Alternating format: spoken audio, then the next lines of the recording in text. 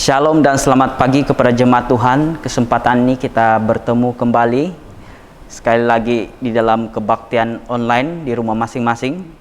Mari kita siapkan hati kita untuk memuji dan memuliakan Tuhan. Tuhan beserta kamu dan beserta kamu juga. Saya gembira bila mereka berkata kepada saya, marilah kita pergi ke rumah Tuhan. Hai, marilah kita menyanyi kepada Tuhan.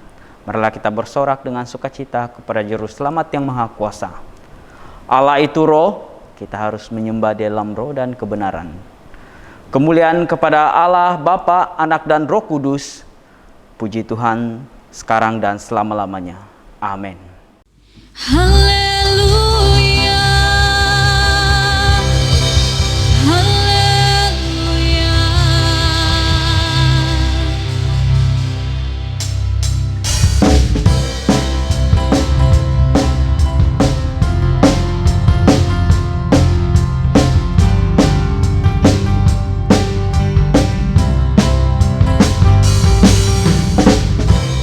Tuhanlah kekuatan dan mazmurku, Dia gunung batu dan keselamatanku. Hanya padamu hatiku percaya, Kaulah menara dan kota perlindungan.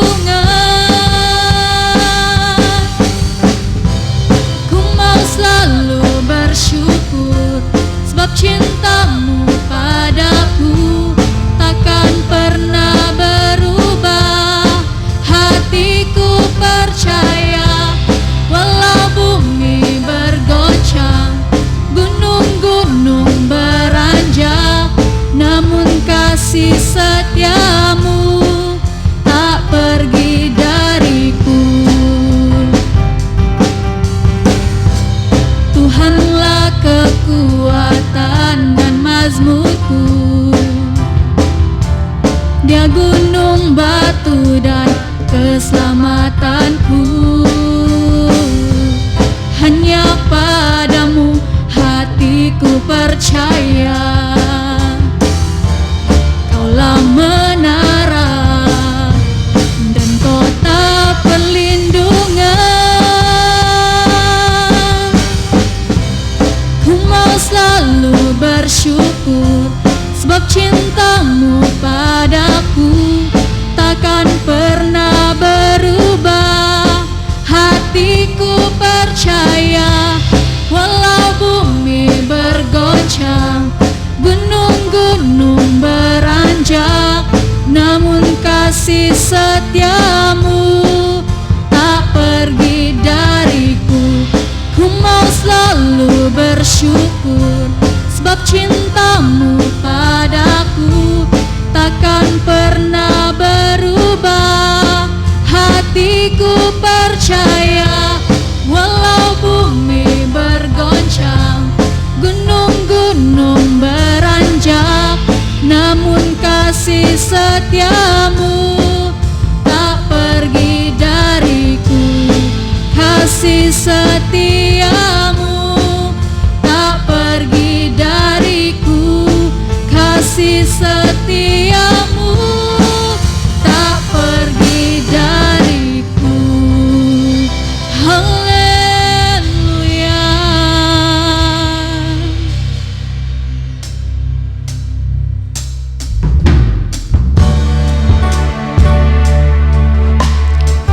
Kami bersyukur Tuhan, kami dapat rasakan kasih-Mu, dan hanya dekat Engkau saya Tuhan hati kami merasa tenang. Dan ini kami Tuhan rindu dan haus untuk terus dekat dalam hadirat-Mu.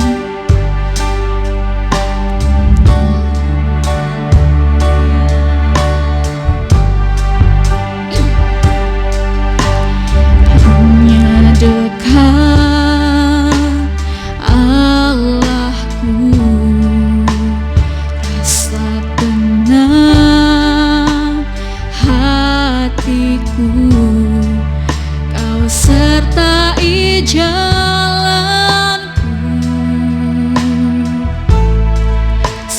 sepanjang hidupku.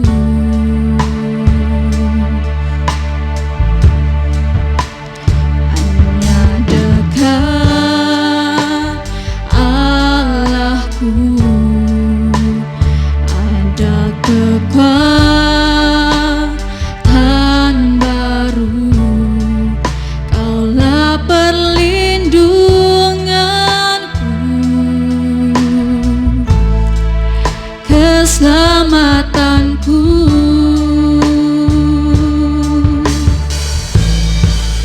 Ku rindu selalu bersekutu denganmu, menikmati hadiratmu.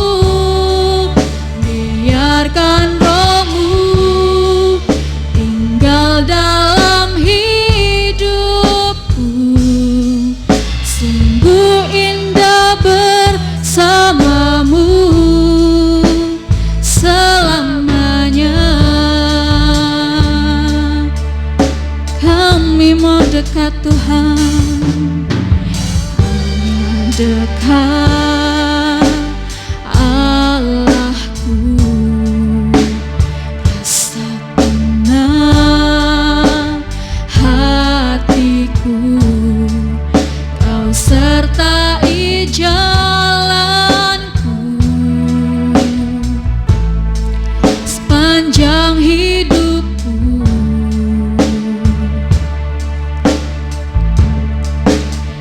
Hanya dekat padamu, ada kekuatan baru.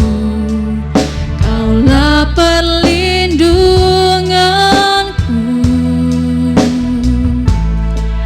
keselamatanku.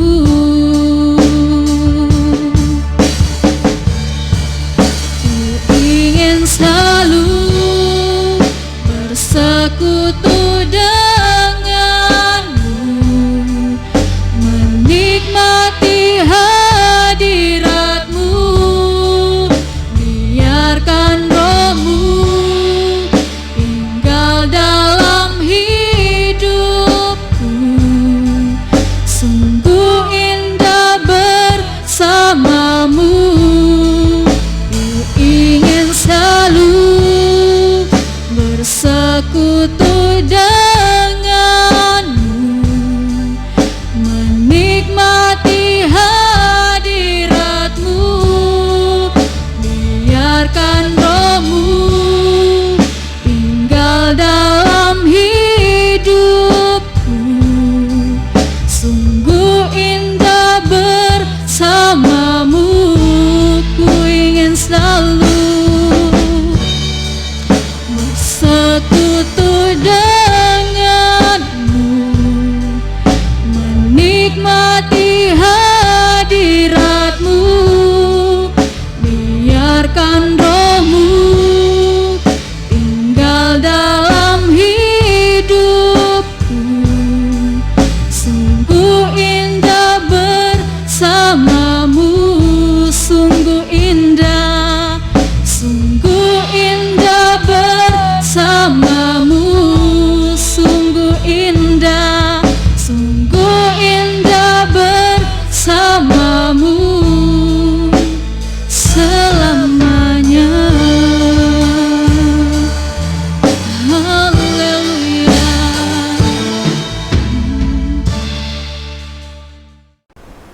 Pengakuan iman rasuli bersama-sama. Saya percaya kepada Allah yang tunggal, Bapa yang Maha Kuasa, Pencipta langit dan bumi. Saya percaya kepada Tuhan Yesus Kristus, Anak Tunggal Allah, yang dilahirkan oleh anak darah Maria. Dia menderita semasa pemerintahan Pontius Pilatus. Dia disalibkan, mati lalu dikuburkan. Pada hari yang ketiga, dia bangkit, dia naik ke surga, dia duduk di sebelah kanan Bapa.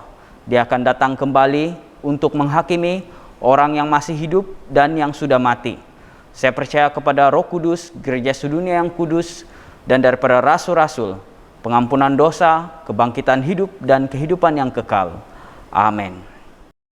Shalom jemaat Tuhan, kita bersyukur pada pagi hari ini kita boleh beribadah bersama-sama di dalam talian, dan saya percaya kita semua diberkati lewat daripada ibadah kita pada pagi hari ini. Dan kita juga mau bersyukur karena pelindungan Tuhan, kita dapat sama-sama beribadah dan juga memuji, menyembah Tuhan pada pagi hari ini. Mari kita memperhatikan pengumuman kita yang pertama. Kita mendorong dan mengajak seluruh jemaat kita untuk bersama-sama mendaftarkan diri pada konferensi doa yang akan diadakan pada 5 hingga 6 November ini. Inilah satu-satunya peluang untuk kita, seluruh diocese kita, untuk berdoa bersama-sama di dalam konferensi ini. Bahkan bukan saja kita berdoa bersama-sama, tapi kita juga belajar daripada pengkhotbah yang telah disenari pendek untuk berkhotbah pada hari itu, termasuklah Archbishop Datuk Melta Jikitais yang akan memberkati kita di dalam perkongsian firman Tuhan. Bahkan saya percaya di dalamnya kita semua akan diberkati, disegarkan dan dikuatkan. Marilah saya mendorong untuk kita semua untuk mendaftarkan diri dalam konferensi doa ini. Saya percaya ada berkat Tuhan yang kita akan terima dalam konferensi doa ini. Yang seterusnya, kita terus mendorong untuk setiap jemaat yang belum ditetapkan untuk terus boleh mendaftarkan diri kepada pejabat gereja, supaya tahun ini kita boleh mendaftarkan ataupun memberi penetapan bagi yang belum ditetapkan. Dan kita lihat juga ada beberapa orang sudah yang bersama-sama dalam ikut kelas penetapan, tapi kita juga masih mendorong, khususnya untuk jemaat kita yang di Telipuk, kamu daftarkan diri, dan kelas penetapan kita akan aturkan pada hari-hari yang lain, karena kesukaran kita untuk berhubung di antara satu sama lain dan juga mengadakan kelas. Oleh itu penting saat ini kita mendaftarkan diri kita, dan akhirnya nanti kita akan, kalau diizin Tuhan, kita akan mengadakan penetapan pada bulan September ini. Yang seterusnya, kita terus mendorong untuk kita semua, untuk setiap jemaat Tuhan, marilah kita memberi persembahan dan persepuluhan kita. Kita bersyukur untuk setiap jemaat yang komitmen, bahkan setia di dalam memberi persembahan dan persepuluhan. Saya percaya ketika kita belajar untuk naikkan syukur kita, sungguh pun saat ini di masa-masa yang sukar ini, di musim pandemik ini, kita menghadapi, mungkin ada di antara kita menghadapi masalah kesukaran dari segi keuangan, tapi saya percaya ketika di dalam kesusahan kita, di dalam kesukaran kita, kita masih mampu untuk menaikkan syukur kita. Itulah mujizat Tuhan. Dan saya percaya pastilah Tuhan memberkati dan melihat hati kita.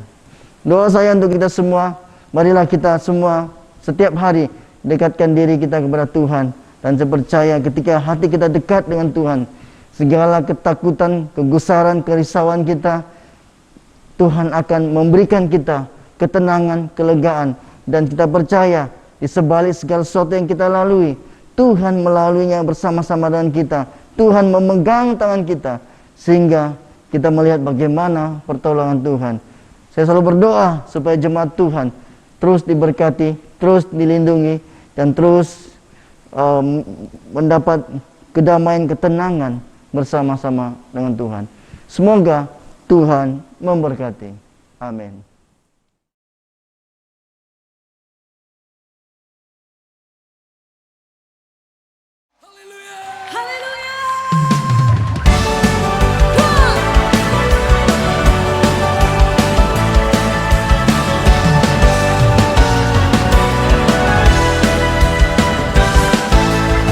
Karyamu mempesonaku, kau angkatku dari gelap, kasih tulus memberi warna.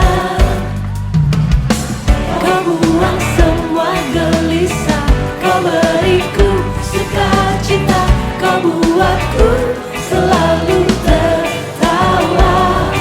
Kau taruh lagu baru dalam hatiku, mulutku bersorak memuji namamu.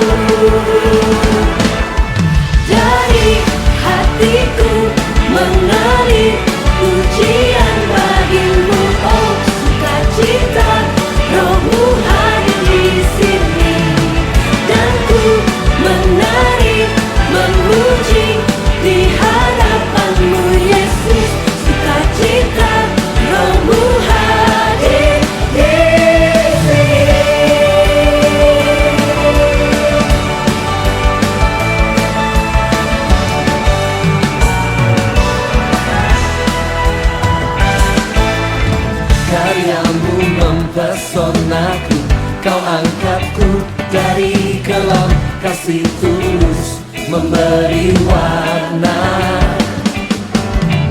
Kau buang semua gelisah, kau beriku sukacita, kau buatku selalu tertawa.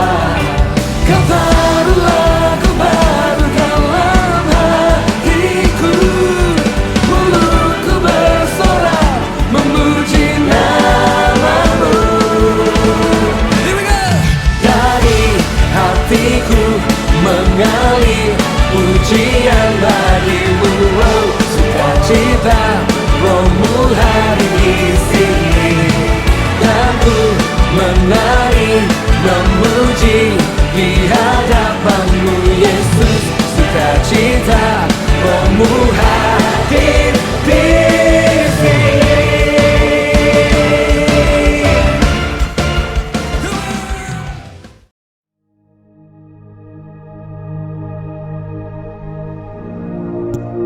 Datanglah firman Tuhan untuk kedua kalinya kepada Yeremia ketika ia masih terkurung di pelantaran penjagaan itu.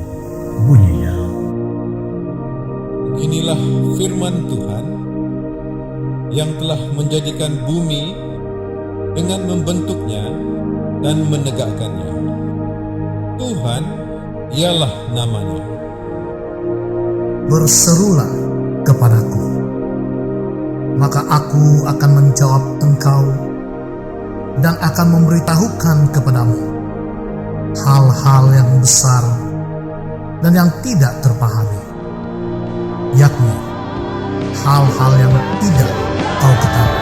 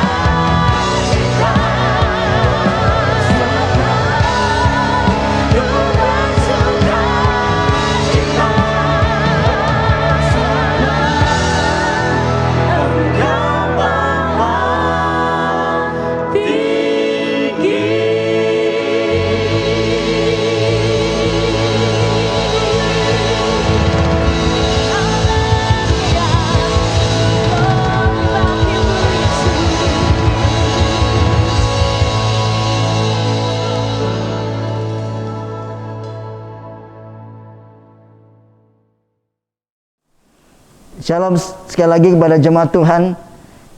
Kita bersyukur kita boleh juga beribadah bersama-sama, dan pagi hari ini kita akan belajar firman Tuhan. Sebelum kita mendengar firman Tuhan dan belajar firman Tuhan ini, marilah kita datang dalam doa kita agar Tuhan memimpin kita. Bapa di surga, kami bersyukur Tuhan buat pagi hari ini kami datang bersama-sama untuk mau belajar kebenaran akan firman-Mu Tuhan. Hamba-Mu Tuhan tidak punya apa-apa, melainkan hamba-Mu bersandar kepada Roh Kudus-Mu yang akan memberikan pengertian kepada setiap kami Tuhan. Sehingga firman yang kami dengar Tuhan, itu akan menguatkan kami. Sehingga ketika kami belajar firman-Mu, kami akan bertumbuh di dalam Kristus. Kami serahkan saat ini kepada Tuhan ruangan ini, dan juga dimanapun kami berada, Tuhan hadir tengah-tengah kami. Sehingga ketika kami mendengar firman-Mu, hati kami tenang dan kami dapat menyambut, memahami, mengerti firman-Mu. Inilah doa kami Tuhan. Dalam nama Yesus kami berdoa dan mengucap syukur. Amin. Kita akan melihat hari ini di dalam pembacaan kita pada Matius pasal 15 ayat 21 hingga 28. Saya bacakan dalam Matius 15 daripada ayat 1 hingga 28. Lalu Yesus pergi dari situ dan menyingkir ke daerah Tirus dan Sidon. Maka datanglah seorang perempuan Kanaan dari daerah itu dan berseru, "Tuh, kasihilah aku, ya Tuhan, anak Daud, karena anakku perempuan kerasukan setan dan sangat menderita." Tetapi Yesus sama sekali tidak menjawabnya. Lalu murid-muridnya datang dan meminta kepadanya, "Suruhlah ia pergi." Ia mengikuti kita dan berteriak-teriak. Jawab Yesus, "Aku diutus hanya kepada domba-domba yang hilang dari umat Israel." Tetapi perempuan itu mendekat dan menyembah Dia sambil berkata, "Tuhan, tolonglah aku." Tetapi Yesus menjawab, "Tidak patut mengambil roti yang disediakan bagi anak-anak dan melemparkannya kepada anjing." Kata perempuan itu, "Benar Tuhan, namun anjing itu makan remah-remah yang jatuh dari meja tuannya." Maka Yesus menjawab dan berkata kepadanya, "Hai ibu, besar imanmu, maka jadilah kepadamu seperti yang kau kehendaki." Dan ketika itu juga anaknya sembuh. Inilah firman Tuhan. Kita sudah membaca tadi dalam Matius pasal 15 daripada 21 hingga 28. Dan latar belakangnya adalah di mana ada seorang perempuan yang dikatakan memiliki iman yang besar. Yesus memuji dia karena dia memiliki iman yang besar. Tapi bagaimana dan kenapakah Yesus memuji dia? Karena dia memiliki iman yang besar. Kita akan belajar pada hari ini, ya, di dalam kesukaran, kesusahan, dalam dia menghadapi pergumulan, dia mencari Tuhan. Dia percaya kepada Tuhan. Sebab itulah kita harus membangun iman bukan daripada mujizat, tetapi kita membangun iman daripada dasar proses dan salib. Artinya apa? Di dalam kesukaran kita yang kita hadapi, di dalam kesusahan yang kita hadapi, di dalam kita menghadapi musim pandemik saat ini, disitulah proses iman kita dibangun. Mari kita belajar pada perempuan ini. Dalam Matius 15:22 dikatakan, "Maka datanglah seorang perempuan Kanaan dari daerah itu dan berseru, 'Kasihanilah aku ya Tuhan, anak Daud, karena anakku perempuan kerasukan setan dan sangat menderita.'" Kita perhatikan dikatakan seorang perempuan Kanaan. Artinya perempuan ini bukan datangnya daripada orang-orang Israel ataupun bangsa Israel. Tetapi Yesus menyebutkan perempuan ini memiliki iman yang besar. Sabtulah hari ini saya membawakan tema, yaitu iman yang menyentuh hati Tuhan. Di dalam perjanjian baru, kalau kita dapat perhatikan dan selidiki, hanya ada 2 orang yang Yesus sebutkan atau Yesus memuji mereka karena mereka memiliki iman yang besar, yaitu perempuan ini dan juga seorang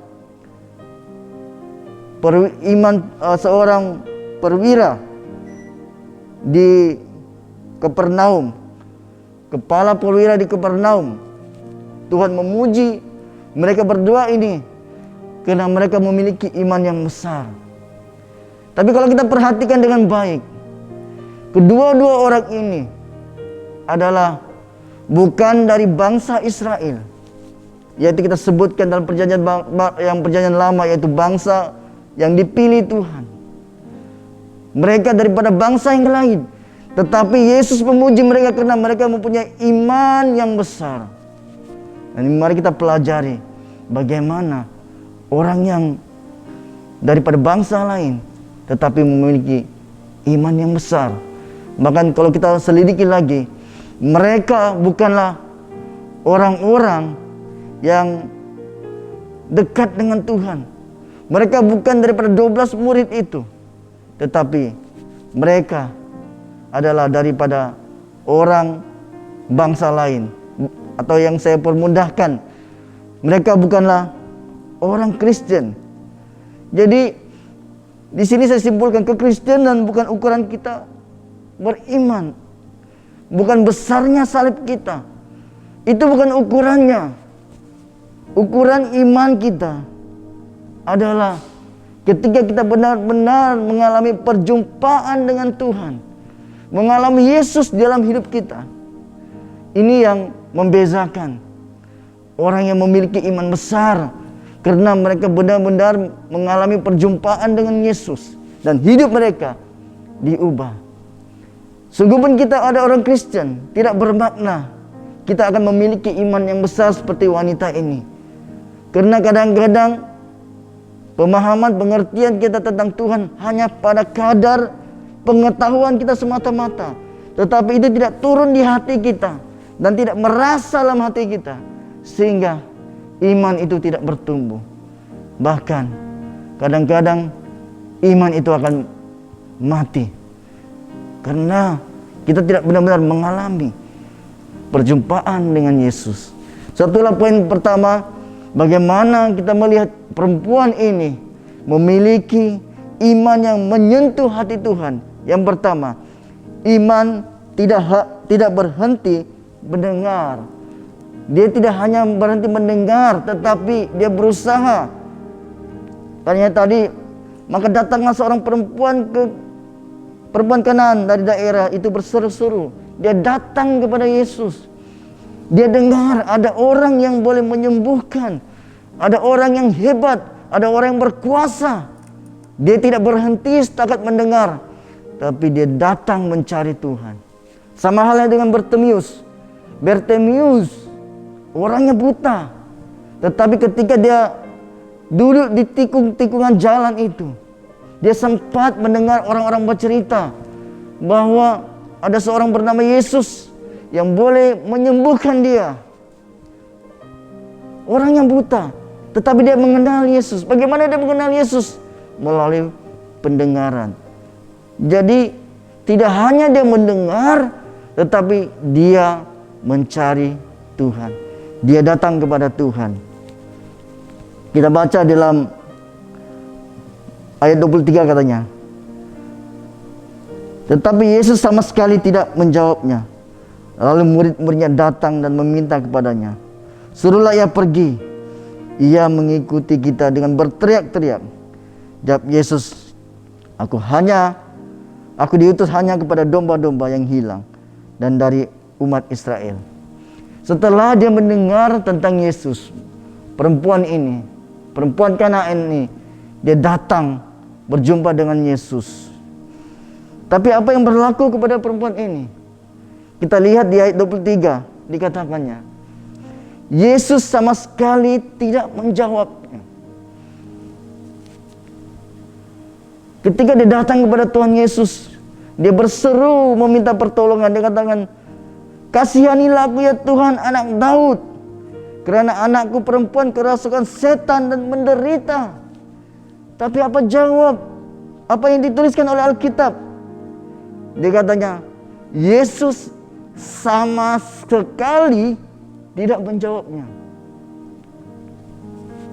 Anda boleh bayangkan, kalau kita datang kepada seorang pemimpin, kita minta pertolongan untuk didoakan, tetapi responnya apa? Responnya dia diam-diam saja. Jawab iya pun tidak, tidak pun tidak. Apa respon kita? Dan dia terus berlalu begitu saja. Pasti kita akan marah. Pasti kita akan kecewa. Yesus dikatakan Yesus sama sekali tidak menjawabnya. Tidak mendengar. Tapi apakah benar Tuhan tidak mendengar? Yesus dikatakan tidak menjawabnya. Tapi apa yang kita pelajari? Walaupun Yesus tidak menjawabnya, saya percaya Yesus mendengar apa yang dikatakan oleh perempuan ini. Dalam hidup kita kadang-kadang mungkin Yesus atau Tuhan tidak mendengar doa kita. Karena bagi kita, bagi pemahaman kita, doa kita harus dijawab dengan cepat dan segera. Seperti hari-hari ini, karena orang hidup di masa yang begitu pantas sekali. Jadi apa yang kita buat mesti mau pantas. Termasuklah soal makan dan minum. Mesti mau pantas. Tidak mau tunggu lama-lama. Pokoknya yang segera, yang instan. Suatu hari ini ada Maggi instant, bukan? 3 in 1, yang cepat tuang terus boleh minum. Tapi kalau kita selidiki, kaji, bahan-bahan makanan yang instan ini, yang segera ini adalah bahan makanan yang tidak sehat. Sama halnya dengan kita. Kita mau yang cepat. Kita mau Tuhan menjawab segera. Tetapi kenapa Tuhan mau kita lalui begini? Mau kita menunggu? Mau kita menantikan jawaban Tuhan? Karena Tuhan mau menguji iman kita. Sejauh mana iman kita? Sejauh mana kita percaya bahwa Tuhan akan menjawab doa kita. Ini yang terjadi kepada perempuan ini.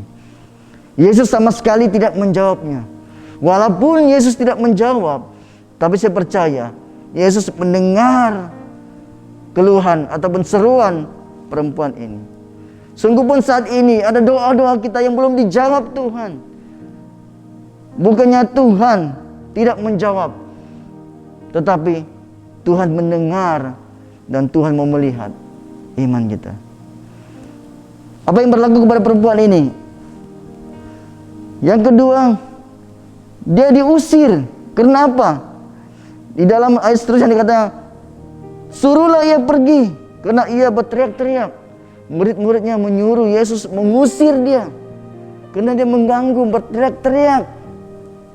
Sudahlah tadi Yesus berdiam tidak menjawab dia. Sekarang murid-muridnya mau mengusir dia. Sehingga bagi saya, kalau saya diperlakukan seperti ini, mungkin juga semangat saya akan hilang. Mungkin saya akan marah. Ya. Bukan itu saja. Malah perempuan ini ditolak. Karena di ayat 24 kata Yesus, aku hanya diutus kepada domba-domba yang hilang daripada umat Israel. Artinya apa? Aku datang melayani hanya kepada orang-orang Israel. hanya kepada orang-orang Kristen, orang di luar Kristen. Kamu tidak layak untuk menerimanya. Artinya dia ditolak. Yang pertama, Yesus tidak menjawab dia. Yang kedua, Yesus ataupun dia disuruh pergi, dia diusir. Yang ketiga, dia ditolak. Apa yang dia minta tidak diberikan, malah dia ditolak sama sekali. Ketika ini kita lalui, saya percaya kita semua akan kecewa. Dan juga kita akan rasa putus asa. Seperti yang kita tahu kisah Abraham. Pada umurnya 75 tahun, Allah berbicara akan memberkati dengan keturunan. Dia menunggu selama 25 tahun. Dia menunggu anak yang dijanjikan itu tidak tiba. Dan dia mengambil keputusan untuk mengambil hambanya untuk dijadikan istri untuk mendapatkan anak. Tapi itu bukan rancangan Tuhan.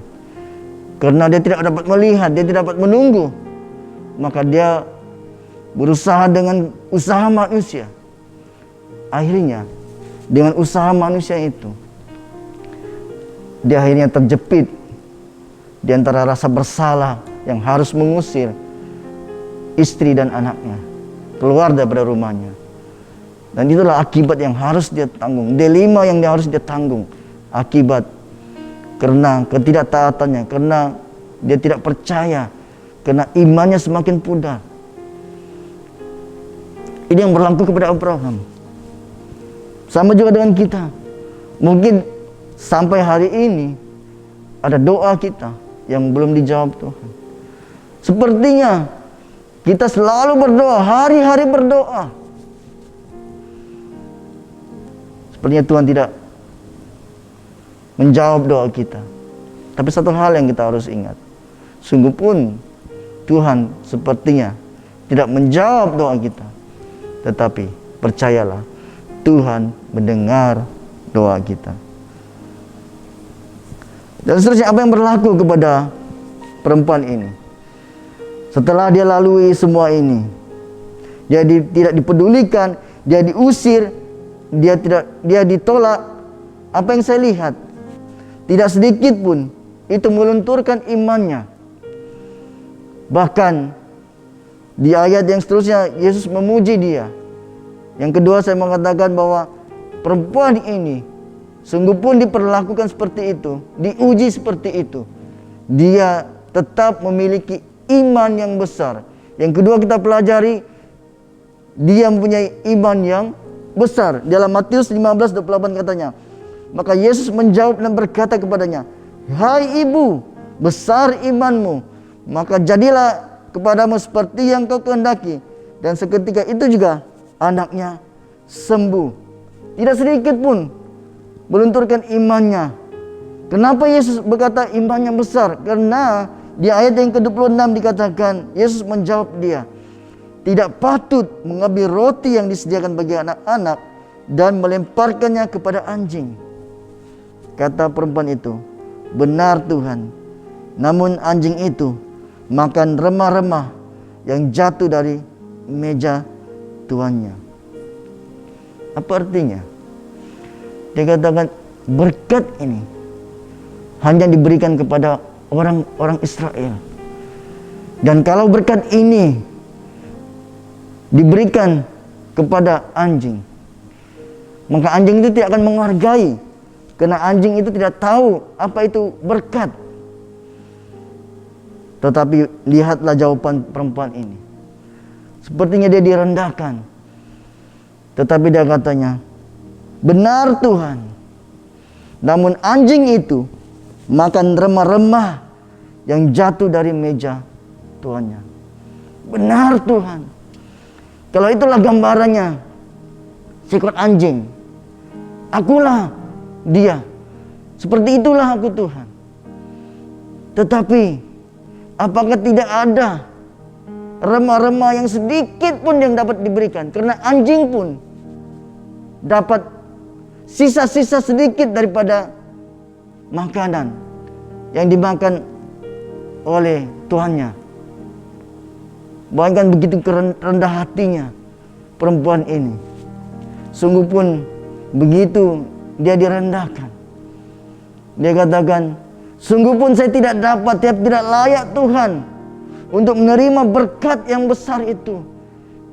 Tapi sekurang-kurangnya Tuhan, berikanlah sedikit anugerah supaya anakku boleh sembuh. Saya tidak tahu kalau kita alami yang dialami oleh perempuan ini. Apakah kita masih tetap percaya? Apakah kita masih tetap berdoa? Ketika mungkin ada pemimpin-pemimpin yang tidak melayani kita, kita sudah kecewa. Sepertinya mereka tidak pedulikan kita. Jangan kata meminta doa. Kadang-kadang begitu lama pemimpin tidak melawat kita, kita kecewa dengan pemimpin kita, dengan padri, dengan pastor kita. Padahal yang penting adalah perjumpaan kita secara pribadi bersama Tuhan. Bukan soalnya. Benar, baik sekali hamba-hamba Tuhan boleh mendoakan kita. Tetapi kekuasaan kasih itu bukannya datangnya daripada hamba-hamba Tuhan, tetapi sesuatu yang lebih besar dan hebat adalah ketika kita sendiri mengalami perjumpaan bersama Tuhan. Itulah yang mengubah hati kita. Iman kita harus bertumbuh dalam keadaan yang sukar. Memang mujizat itu kita dapat lihat, dan akhirnya mujizat itu membuat kita bertumbuh. Tetapi bagi saya, mujizat yang terbesar adalah ketika kita boleh di dalam keadaan yang sukar, kita boleh mengucap syukur. Karena di dalam ayat yang seterusnya dikatakan, ayat 15, ayat 25 katanya, tapi perempuan itu mendekat dan menjembah dia sambil berkata, Tuhan, tolonglah aku. Sungguh pun dia sudah tidak didengar dan tidak dijawab. Dia diusir, ditolak dan direndahkan. Apa yang perempuan ini lakukan? Dikatakan dia mendekat. Di dalam terjemahan asal disebutkan eltosa, ataupun selangkah lebih dekat dengan Tuhan. Kadang-kadang kita dalam hidup kita, ketika kita ditolak, ketika kita kecewa, kita mundur, kita meninggalkan iman kita. Tetapi perempuan ini semakin ditekan, semakin dia tidak dipedulikan, semakin dia maju mendekat mencari Tuhan. Ini yang dikatakan iman yang besar. Bukan itu saja, dikatakan dia mendekat dan menyembah. Wah, ini satu yang dahsyat sekali. Dia menyembah. Setelah dia diperlakukan seperti itu, dia malah dekat dan menyembah. Dikatakan, digunakan dalam ayat ini adalah, kata ini adalah proskunion. Proskunion adalah satu tindakan yang membungkuk sehingga dahi ini sama tinggi menyentuh tanah. Dia merendahkan serendah-rendahnya. Dia termasuk kepala ini. Kenapa kepala ini? Karena kepala inilah pikiran kita, semua yang ada di kepala ini. Seperti orang selalu kata, orang itu besar kepala. Tetapi ketika kepala ini yang menjadi lambang kemegahan, lambang kehebatan, lambang kebijaksanaan, diturunkan serendah-rendahnya ke tanah, itulah artinya dia merendahkan diri dan menyembah Tuhan. Perkataan menyembah di sini disebutkan bahwa di dalam keadaan yang tidak selesa, di dalam keadaan yang tidak seperti yang dia harapkan, dia sekali-sekali tidak kecewa, malah dia menyembah Tuhan. Ini yang kita boleh pelajari pada perempuan ini. Ketika saya dan istri dijangkiti COVID dan kita dibawa di hospital, dan pada hari berikutnya anak-anak saya harus di swab.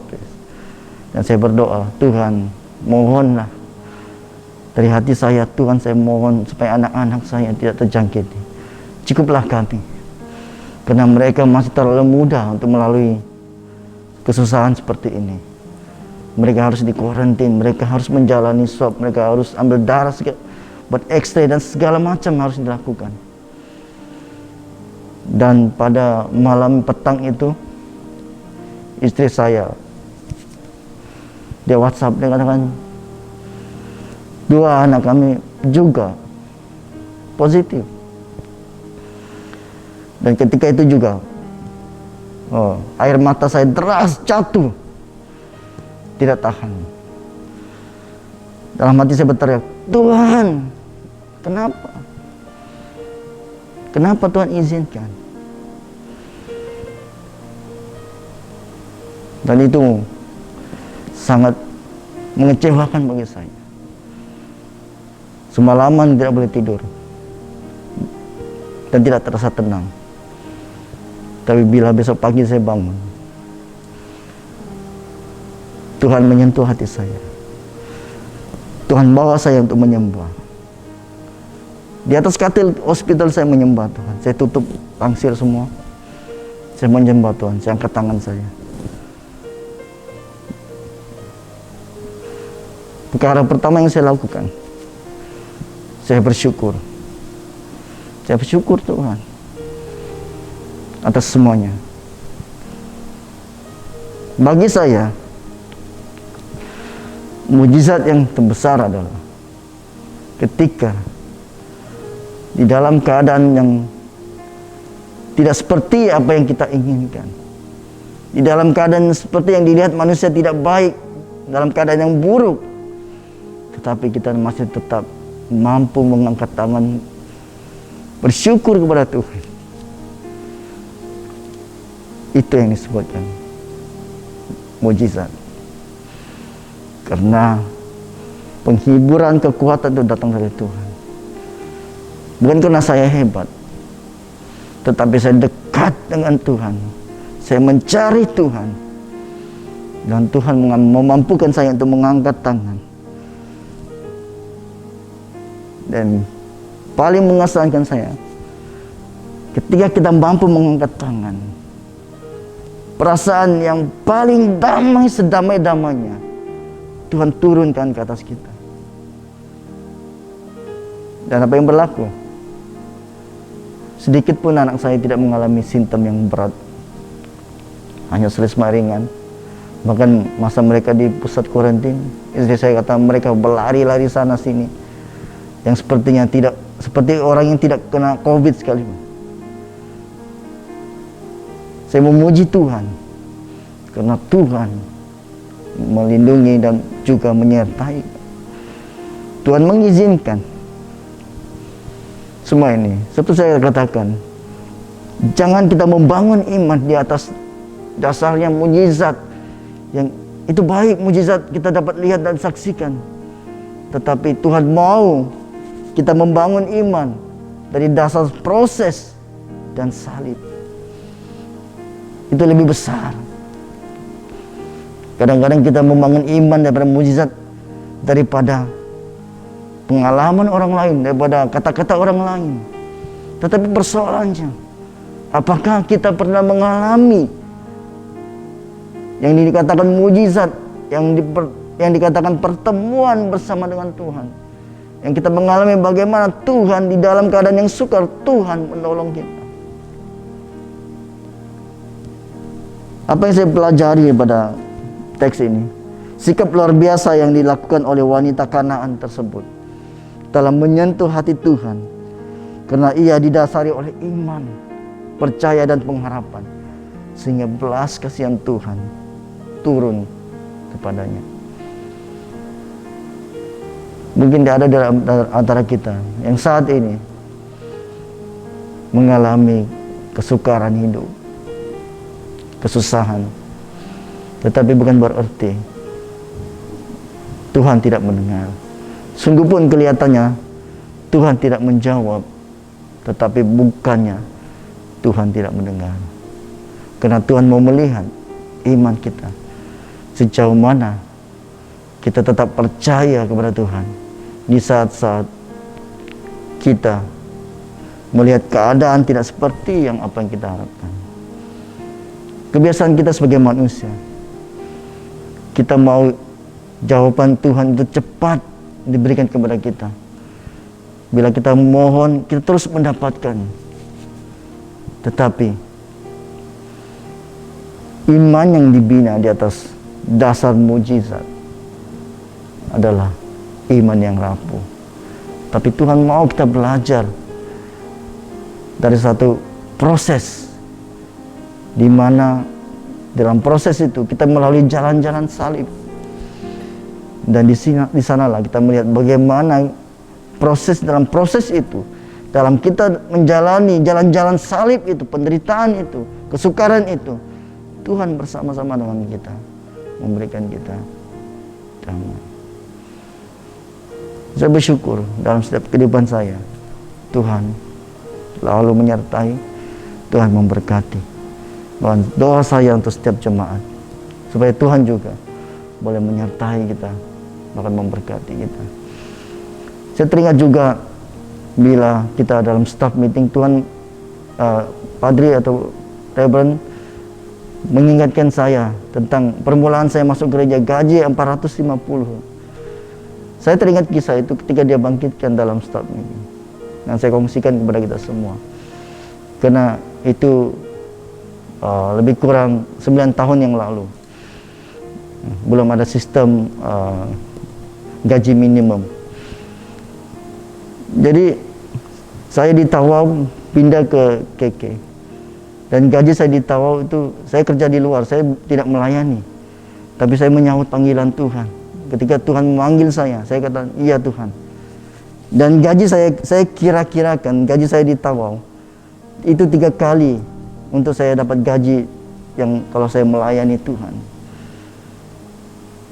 3 kali, artinya begitu jauh perbedaan gaji. Dan juga masa saya interview dengan Reverend juga, Padri juga offer saya, kalau kamu mau buat tawaran. Tapi saya beritahu kepada Padri, kalau selama ini Tuhan cukupkan saya dengan gaji, tapi saya percaya Tuhan akan cukupkan saya dengan cara yang lain, sehingga saya tidak akan sekali-sekali kekurangan. Dan saya berpindah dan kawin, dan juga kami menyewa rumah. Gaji saya yang saya ada itu cukup-cukup, pas-pas orang kata, untuk menyewa rumah. Jadi gaji saya sebulan itu memang untuk bayar sewa rumah saya, karena saya tiada rumah. Saya dari Tawau dan tiada rumah, dan terpaksa menyewa, cari rumah sewa dan hidup bersama istri. Masa itu belum ada anak. Dan pendekkan cerita, kami hidup daripada gaji pada istri. Syukur istri pun kerja di klinik biasa. Dan ada waktunya, pernah satu kali kami sudah kehabisan beras, dan lebih kurang 3 hari lagi baru gaji. Selama lebih kurang 3 hari atau 4 hari kalau saya tidak silap, kita hanya makan Maggi.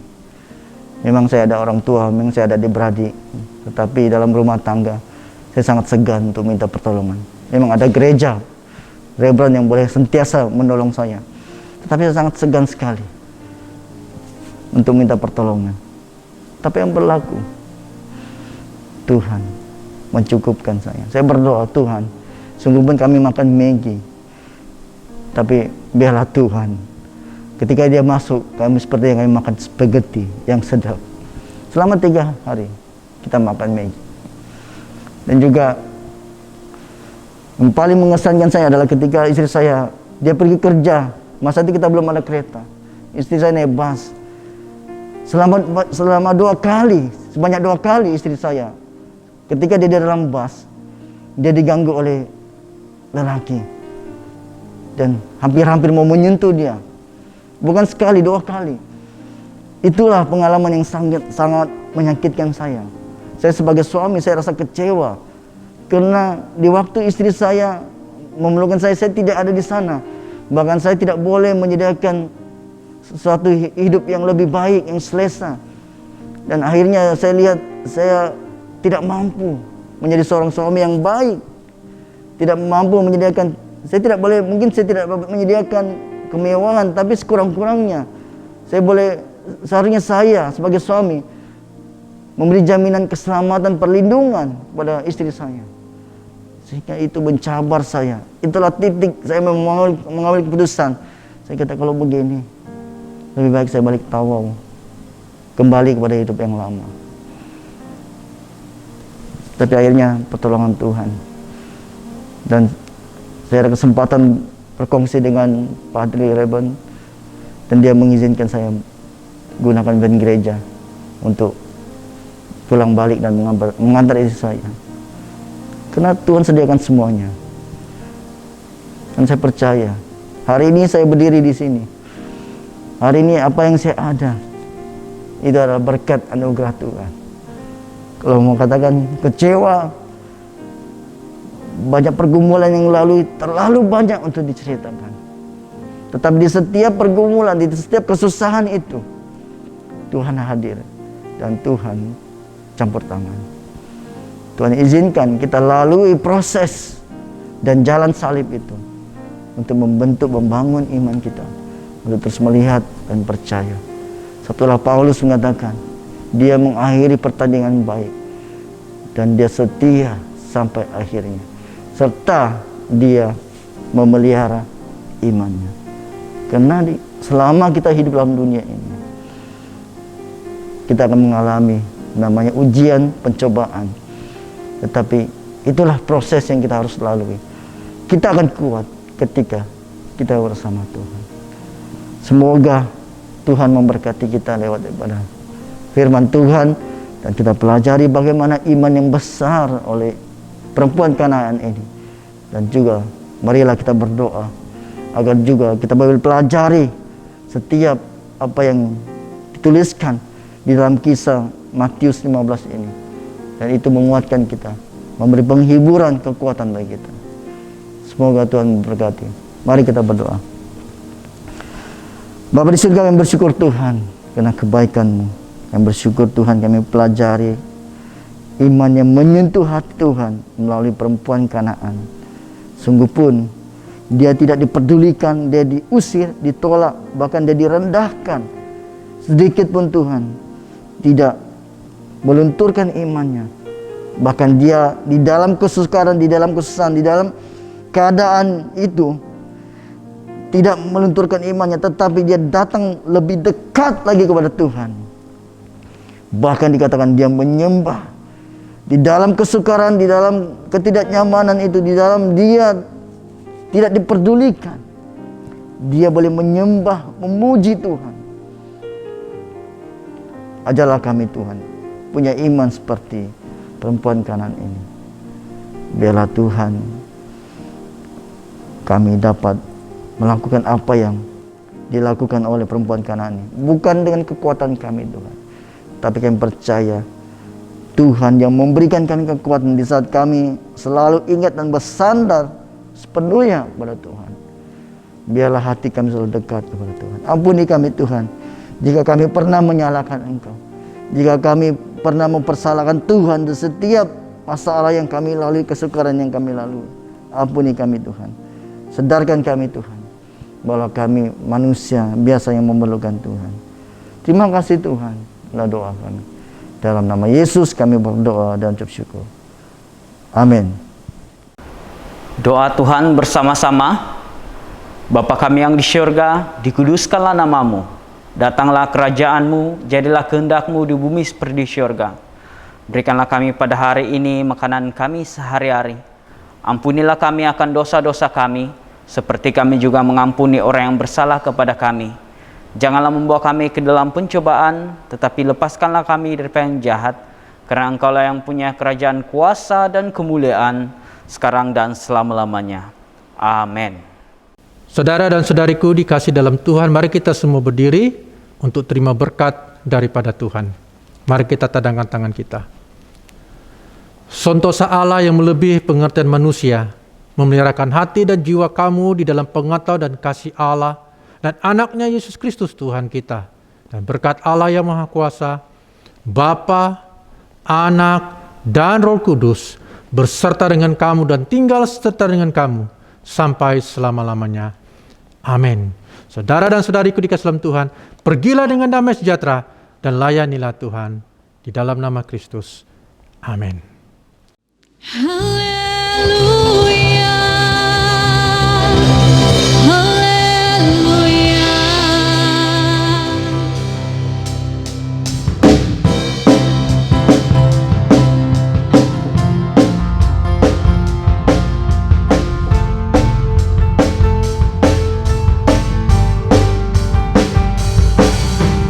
Mari kita semua umat pilihan Allah, dengarlah panggilannya untuk menggenapi firman-Nya. Sekaranglah waktunya untuk berdiri bagi bangsa ini. Mari maju umat pemenang.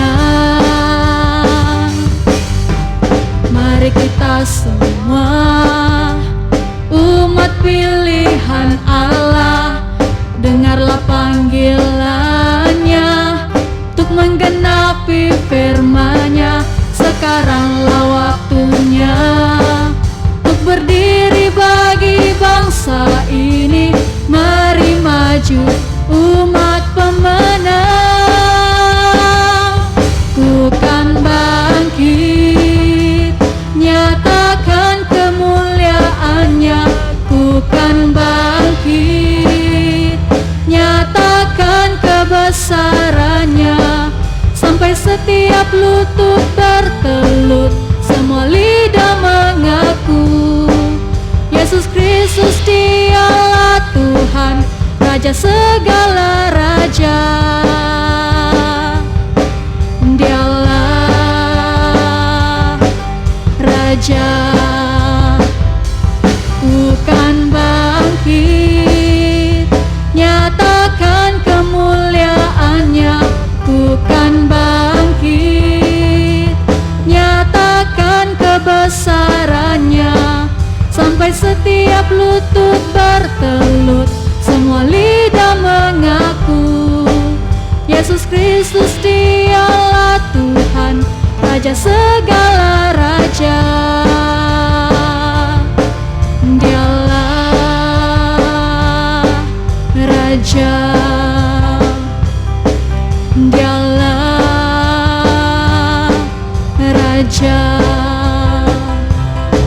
Dialah Raja. Haleluya. Jumpa minggu depan dan Tuhan